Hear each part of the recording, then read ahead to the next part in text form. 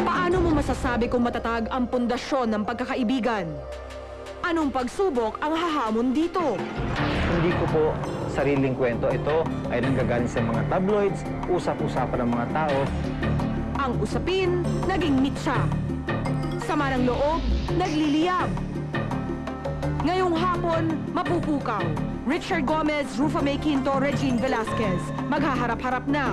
Saan tutungo ang pagkakaibigan nila? Bukas kaya ay makalimot na sila.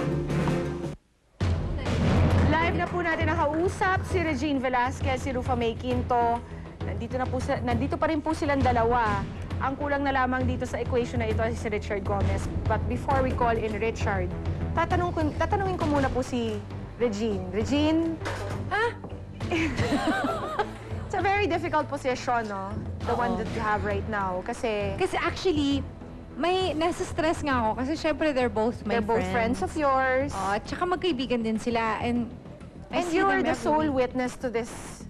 Yeah. At saka alam ko naman, kilala ko sila pareho. Kilala ko rin si Richard.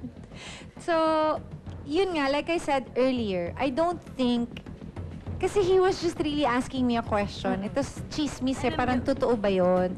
Hindi niya talaga minimina madinig ni Pichi. At the same time, si Pichi naman, hindi naman niya alam na hindi alam ni Richard. Actually, I'm crying right now. Hindi na yung tungkol sa sinabi niya eh, nung It's araw. the after. It's, Kung bakit lumaki ng ganito. Oo. hindi yun eh. Ang na-hurt ako kasi nga, kaibigan ko siya, di ba? Ayoko rin naman makita yung kaibigan ko na na-hurt din, di ba? Niya ako. Mahal ng lola ko yan, ng mami ko yan. Kahit nga, mami ko, anak kasi, ganito, ganyan, halos. Ako na nga yung halos na, dahil sinasabi nga na, ako si Richard Gomez yan, ganyan, huwag na. Sabi ko, mami, wala naman po akong sinabing ganun eh. Wala naman ako talaga sinabi. Laging hindi ko naman alam ganun. Tapos nangyayari na ako sa'yo, tsaka sa ibang mga kaibigan natin na affected sila. Dahil parehas kaming mahal yan eh. Pero gusto ko lang masabi na, ba yan, kaya naman, na ang pangit ko na. Yun lang. Naiyak ako kasi nga, magkakaibigan. Tapos ang dami nang nai-involve, ganyan. I just wanna ask Regine, ikaw Regine, as friends to both of them, how would you like to see this issue end?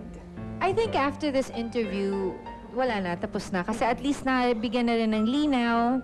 I spoke to Pichi yesterday. Sinabi, hindi rin niya pala alam. Akala niya, intentional na ginagawa ni Richard. Hindi naman talaga. Kasi kaming dalawa nga lang yung nagchichismisan. Kaya lang, medyo singer kasi itong si Richard Gomez eh. Magaling, nagba-back to back yan eh. Medyo from the diaphragm nang gagaling ang boses, medyo napalakas ng konti. Narinig. Yun lang naman yun. At palagay ko I think after this, it'll be finished. Kasi pati, I think this will give them also time to really talk. And kung merong kailangan sabihin, pwede nang masabi ngayon. So, and I think this talk is long overdue, kaya Yes. mga kapuso, tawagin na po natin the man of the hour. si Richard Gomez. Come, Gomez. Tapusin na natin to. Sa gitna ka talaga. Ako, Richard Gomez, 500 lang. Pwede na. Oh, pwede na. Ako na, nakapin mo rin ako. Sige, pwede. Picture mo rin ako, ayate. Napilitan lang, Reg. Alam mo, Salamat, ganito kasi. Kayo muna, sige. Dahil Alam mo, because nahihilo na of ako what we sa- do, so medyo oriented tayo sa mga chismis, sa mga usap-usapan. For some reason, si Regine would candidly ask, ano ba mga chismis? Ano bang bago? So, ganun lang nagsimula yon. Na casually. Casually. But para sa akin, I feel that it's really a small issue blown out of proportion. Yes. Kasi aside from us, other factors came in. Mga Yes, oo. madaldal na dila, makakating kamay, kung ano naman sinuso. May ganun talaga. And wala tayong magagawa eh. Yun But nga, you know what? Don't get me wrong. Ha? Hindi kita gustong saktan. Hindi ko gustong wasakin kung ano man yung relationship mo with other people. Kasi friend kita eh. Kung ano yung gusto mo, kung sino magpapaligaya sa'yo, kung saan ka sasaya. As a friend, pabor ako eh.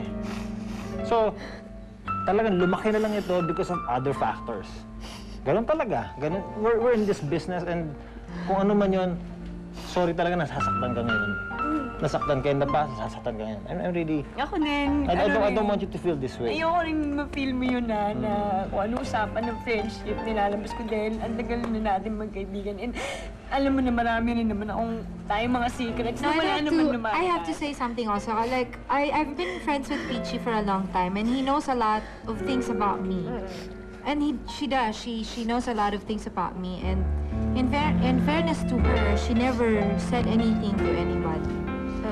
Diba? Marami din naman siyang mga sekreto din tungkol sa ibang artista na alam niya na sinasabi sa kanya in confidence. Hindi niya Siguro, niya sinasabi.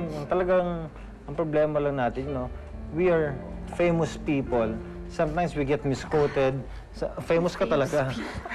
Sometimes, there are a lot of things na nasabi mo na pagdating sa kanila, iba na yung impression nila.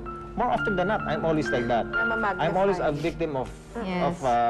Ayun na nga, di ba?